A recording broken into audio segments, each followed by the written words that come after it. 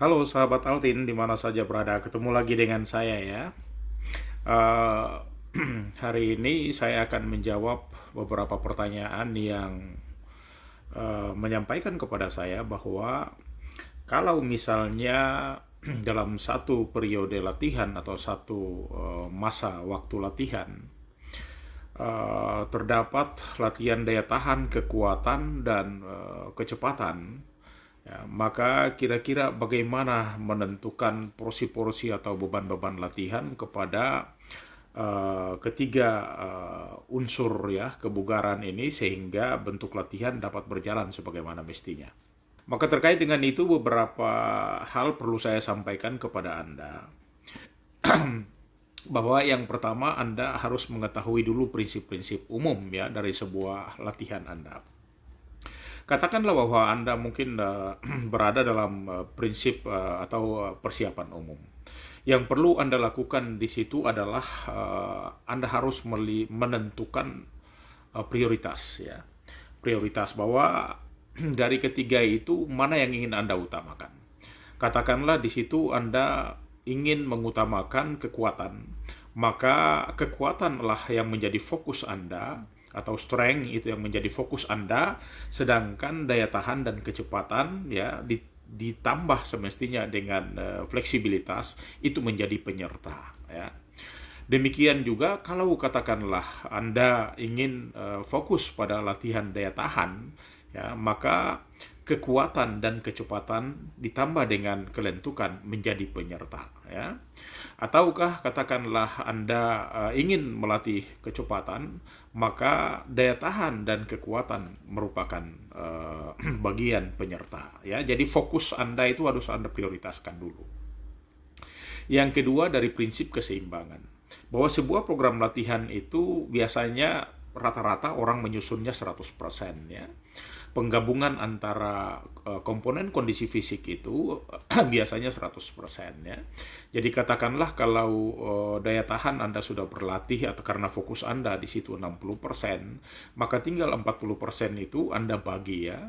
Kalau sesuai dengan teori bahwa latihan daya tahan itu bisa dilakukan setiap hari, kemudian kecepatan itu hanya bisa dilakukan setiap pengulangan paling rendah 72 jam, maka Anda wajib untuk menunggu 3 hari kemudian baru Anda berlatih lagi kecepatan. Nah, maka dalam satu minggu paling kecepatan itu 1 sampai 2 kali saja. Kemudian daya tahan ya bisa lebih dari 2 sampai 3 kali atau 3 sampai 4 kali juga tidak apa-apa. Dan kemudian ada kekuatan juga sebagai penyerta, silakan Anda menentukan sendiri ya. Jadi prinsip keseimbangan itu menjadi penting. Yang berikut juga adalah prinsip progresifnya ya, progresif. Jadi kita harus wajib meningkatkan intensitas dan volumenya secara bertahap ya. Karena tanpa meningkatkan itu maka latihan kita akan menjadi sia-sia. Maka prinsip progresifnya itu harus menjadi hal yang perlu dipikirkan juga. Kemudian juga yang berikut adalah terkait dengan prinsip pemulihannya ya. Jadi kita harus memperhatikan waktu pemulihannya. Ketika kita berlatih kekuatan ya, maka kita wajib memperhatikan waktu-waktu pemulihannya. Apakah 24 sampai 36 jam ataukah kemudian 48 jam. Kalau otot-otot yang besar maka Anda wajib beristirahat dalam jangka waktu yang cukup panjang ya. Tetapi kalau otot-otot yang kecil maka Anda bisa berlatih bisa mengulanginya lagi berlatih setiap 24 sampai 36 jam ya. Itu. Sedangkan kalau Anda berlatih katakanlah kecepatan maka Anda perlu setiap pengulangan latihan kecepatan antara 72 jam. Jadi kurang lebih 3 hari ya. Maka itu menjadi prinsip-prinsip yang Anda wajib untuk memperhatikan sebagai bagian dari pemulihan Anda. Kemudian juga mungkin terkait dengan hal-hal yang porsi-porsi latihannya ya.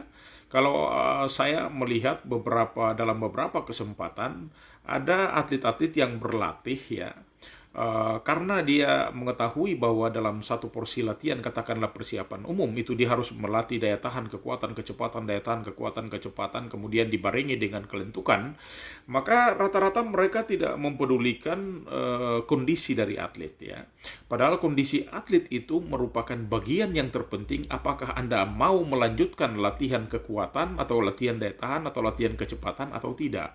Ya, katakanlah ketika Anda berada dalam periode persiapan itu, dan ketika Anda berlatih, katakanlah bahwa Anda mau memainkan variasi antara ketiga jenis latihan itu, saya tidak menyarankan Anda untuk melakukan latihan kekuatan dan kecepatan itu secara bergantian, ya. Tetapi sebaiknya Anda menyusun program latihan Anda itu, kalau setelah latihan daya tahan, Anda bisa dengan kekuatan, kembali lagi mungkin Anda boleh istirahat dulu, ataukah latihan daya tahan dulu yang ringan, baru kemudian Anda kembali lagi latihan kekuatan, gitu ya. Ataukah kemudian setelah latihan kekuatan itu, Anda boleh latihan daya tahan yang ringan lagi, ataukah Anda boleh istirahat lagi, baru kemudian Anda bisa mengulangi lagi dengan yang namanya latihan kecepatan. Jadi kalau Anda berlatih kekuatan, maka saya tidak menyarankan kepada Anda untuk setelah melatih kekuatan, terus Anda berikutnya atau hari berikutnya Anda melakukan latihan kecepatan. Atau sebaliknya, ketika hari ini Anda melakukan latihan kecepatan, besok Anda melakukan latihan kekuatan. Saya menyarankannya antara latihan kecepatan dan kekuatan itu sebaiknya ada waktu rest atau waktu istirahat, kemudian waktu latihan daya tahan, ya. Kalau toh Anda mau melakukan latihan kecepatan, bukan kecepatan yang maksimal, tetapi latihan untuk meningkatkan kecepatan secara bertahap, ya. Jadi beban progresifnya itu perlu diperhatikan.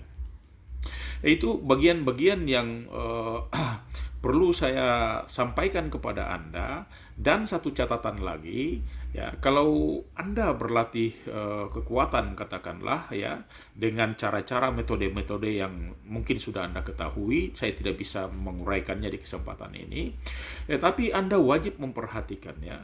Ketika katakanlah Anda 3 kali dalam seminggu Anda berlatih kekuatan, ya, dan Anda melihat bahwa bagian-bagian otot tertentu ternyata atlet itu mengalami cedera atau mengalami kesakitan pada otot-otot tertentu, maka saya menyarankan Anda untuk bebannya dikurangi, ataukah bagian yang sakit, yang terasa sakit itu diistirahatkan, ya, diistirahatkan sehingga bagian otot yang terasa sakit itu bisa pulih kembali dulu, baru kemudian Anda melanjutkan dengan latihan.